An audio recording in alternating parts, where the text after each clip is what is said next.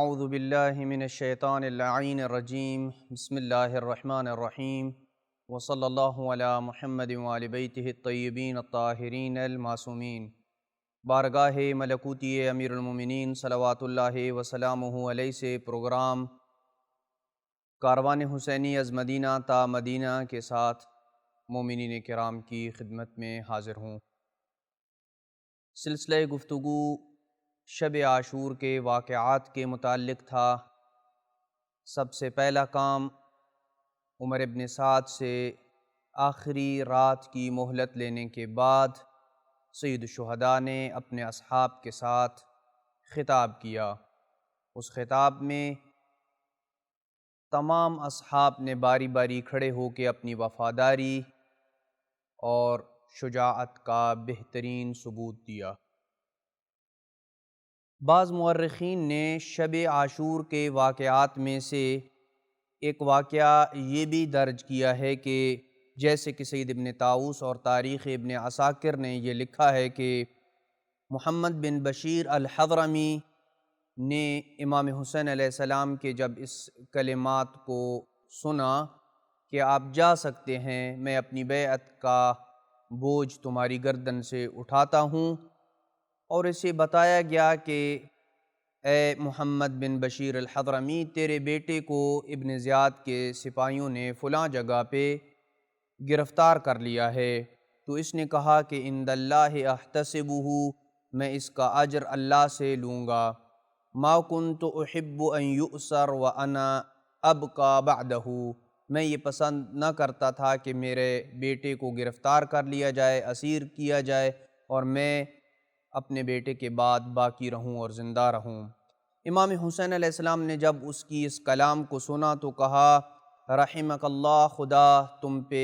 رحمت کی بارش نازل کرے، انت فی حل من بیعتی، تم میری بیعت سے آزاد ہو، فعمل فی فقاک ابنک، اپنے بیٹے کو چھڑانے کی تم کوشش کرو۔ جب امام حسین علیہ السلام کی اس پیشکش کو سنا تو اس نے کہا کہ اکلتنی السباع حیا ان فارقتک، مجھے درندے زندہ کھا جائیں اگر میں آپ کو چھوڑ کے چلا جاؤں۔ امام علیہ السلام نے کہا کہ میرے پاس کچھ قیمتی لباس ہے، میں وہ تمہیں دینا چاہتا ہوں تاکہ تم اپنے دوسرے بیٹے کو دو،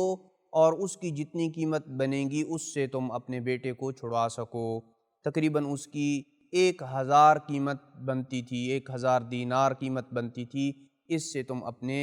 گرفتار شدہ بیٹے کو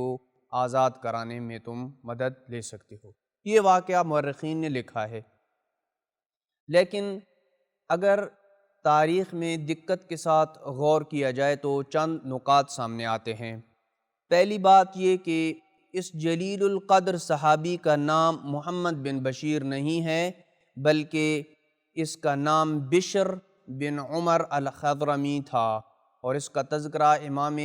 زمان عجل اللہ فرجہ الشریف نے زیارت نحیہ میں یوں کیا ہے، السلام علی بشر بن عمر الحضرمی، السلام ہو بشر بن عمر الحضرمی پہ، شکر اللہ لک قولک للحسین، آپ نے امام حسین علیہ السلام کو جو شجاعت اور جو اپنی وفا کا ثبوت دیا تھا، اللہ تمہاری اس شجاعت اور وفا کے اوپر تمہارا شکر کرتا ہے۔ وَقَدْ أَذِنَ لَكَ فِي الْإِنصِرَافِ، جب سید الشہداء نے آپ کو جانے کا کہا تھا اور کہا تھا کہ جاؤ تم اپنے بیٹے کو چھڑانے کے لیے کچھ کام کرو، تو تمہارا یہ کہنا کہ اگر میں آپ کو چھوڑ کے چلا جاؤں تو مجھے زندہ درندے کھا جائیں، میں حالت حیات میں ہوں تو درندے مجھے کھا جائیں۔ وَأَسْأَلُ عَنْكَ الرُّكْبَانَ، اور پھر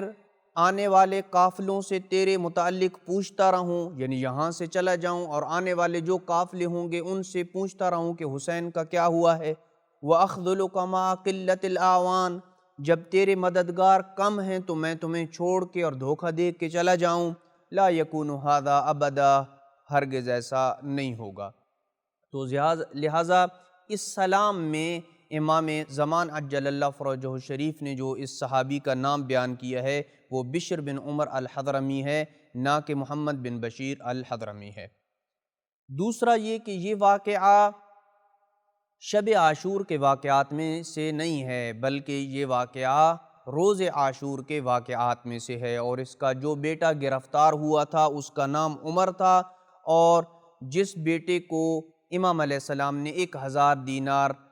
کے کپڑے اور لباس دینے کا کہا تھا کہ اس کو دے دو تاکہ اس قیمت سے وہ اپنے بھائی کو چھڑا سکے، تو اس کا نام تاریخ نے محمد لکھا ہے۔ یعنی ایک بھائی جو گرفتار ہوا اس کا نام عمر تھا، اور ایک بھائی جو اس بشر بن عمر کے ساتھ تھا اس کا نام محمد تھا۔ اگر تاریخ میں دیکھیں تو تاریخ مقاتل الطالبین ابو الفرج اصبہانی کی جو کتاب ہے اس میں اس نے اس واقعے کو لکھا ہے کہ 10 محرم کو یہ شخص یعنی بشر بن عمر الحضرمی امام علیہ السلام کے پاس آیا اور امام علیہ السلام کے لشکر میں شامل ہوا اور جام شہادت نوش کیا اس نے۔ تو یہاں سے پتہ چلتا ہے کہ یہ 10 محرم کے دن کا واقعہ ہے، شب عاشور کے واقعات میں سے یہ واقعہ شمار نہیں ہوتا ہے۔ شب عاشور کے واقعات میں سے ایک اہم ترین واقعہ یہ تھا کہ امام حسین علیہ السلام نے اپنے اصحاب کو دنیا میں ہی ان کی جنت میں جو منازل ہیں اور جو مقامات ہیں انہیں امام علیہ السلام نے دیدار کروایا تھا اور انہیں دکھایا تھا۔ حضرت ابو حمزہ صومالی روایت کرتے ہیں کہ قال علی بن الحسین، یعنی امام زین العابدین علیہ السلام کا یہ فرمان ہے، ان کا کہنا ہے کہ کنت مع ابی اللیل التی قتل صبیحتها، وہ رات یعنی شب عاشور کی رات جس صبح امام حسین علیہ السلام جام شہادت نوش کیا، اس رات میں اپنے بابا کے ساتھ تھا۔ امام علیہ السلام نے اپنے اصحاب کو کہا کہ تم چلے جاؤ، میں اپنی بیعت تمہاری گردنوں سے اٹھاتا ہوں، فإن القوم انما یریدوننی، یہ قوم اشقیاء فقط مجھے قتل کرنا چاہتے ہیں، ولو قتلونی لم یلتفتوا الیکم، اور میرے قتل کے بعد یہ تمہاری طرف متوجہ نہیں ہوں گے، انتم فی حل وسعہ، تم آزاد ہو، تم جا سکتے ہو۔ فقالوا لا واللہ لا یکون ذالک ابدا، خدا کی قسم ایسا نہیں ہوگا۔ تمام اصحاب نے اپنی اپنی جان نثاری کا اور وفا کا اور ثابت قدم رہنے کا ثبوت دیا جس کو ہم نے بیان کیا ہے۔ امام علیہ السلام نے فرمایا کہ انکم تقتلون غدا کذالک لا یفلت منکم رجل، اگر تم باقی رہے تو تم میں سے کوئی شخص بھی نہیں بچے گا، کل سارے قتل کر دیے جائیں گے۔ سب نے یہی جواب دیا، الحمدللہ الذی شرفنا بالقتل معک، حمد ہے اس ذات کی کہ جس نے ہمیں آپ کی نصرت میں جام شہادت عطا کی ہے، اور ہم جام شہادت آپ کی نصرت اور آپ کا دفاع کرتے ہوئے نوش کریں گے تو اس اللہ کا بہت شکریہ ہے اور اس کی حمد ہے۔ ثم دعا وقال لهم، پھر امام حسین علیہ السلام نے ان کے لیے دعا کی اور کہا ارفعوا رؤوسکم وانظروا، اپنے سر اٹھاؤ اور آسمان کی طرف دیکھو، فجعلوا ينظرون الى مواضعهم ومنازلهم من الجنہ، تو جب انہوں نے اپنے سر آسمان کی طرف اٹھائے تو جنت میں انہیں اپنی منازل اور مقامات نظر آئے۔ وَهُوَ يَقُولُ لَهُمْ، اور امام حسین علیہ السلام ایک ایک صحابی کو یہ کہہ رہے تھے،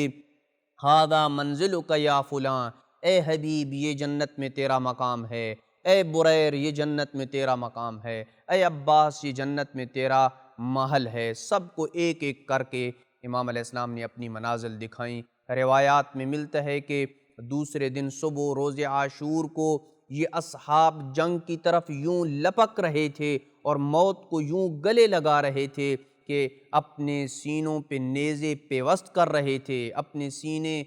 اور اپنے منہ کے اوپر تیروں کو یوں استقبال کر رہے تھے ان کا، لیصل الی منزلہ من الجنہ، تاکہ وہ جنت میں اپنی منزل اور اپنے محل تک پہنچ سکیں۔ تو دنیا میں ہی امام حسین علیہ السلام نے اپنے ان اصحاب کو دیدار کروا دیا تھا۔ اصحاب امام حسین علیہ السلام کو امام حسین علیہ السلام نے اپنے نانا رسول خدا صلی اللہ علیہ وآلہ وسلم کی زبانی یہ خبر دی تھی کہ انہیں تیروں، تلواروں اور نیزوں کے زخموں کا کوئی درد محسوس نہیں ہوگا، اور یہ خصوصیت بھی امام علیہ السلام کے اصحاب کے ساتھ خاص ہے۔ راوندی نے امام محمد باقر علیہ السلام سے یہ روایت کی ہے کہ قال الحسین بن علی لاصحابہ قبل ان یقتل، امام حسین علیہ السلام نے اپنے اصحاب کو شہادت سے پہلے یہ بات سنائی تھی، پیغمبر اکرم کا یہ فرمان سنایا تھا کہ ان رسول اللہ قال، کہ پیغمبر اکرم صلی اللہ علیہ وآلہ وسلم نے یہ کہا تھا، یا بنی انک ستساق الی العراق، اے میرے بیٹے تمہیں زبردستی عراق کی طرف لے جایا جائے گا، تمہیں مدینہ اور مکہ چھوڑنا پڑے گا اور تم عراق جاؤ گے۔ وَهِيَ أَرْضٌ الْتَقَى بِهَا النَّبِيُّونَ وَأَوْصِيَاءُ النَّبِيِّينَ، یہ وہ زمین ہے جہاں پہ انبیاء اور انبیاء کے اوصیاء رکے ہیں، انہوں نے قیام کیا ہے۔ وَهِيَ أَرْضٌ تُدْعَى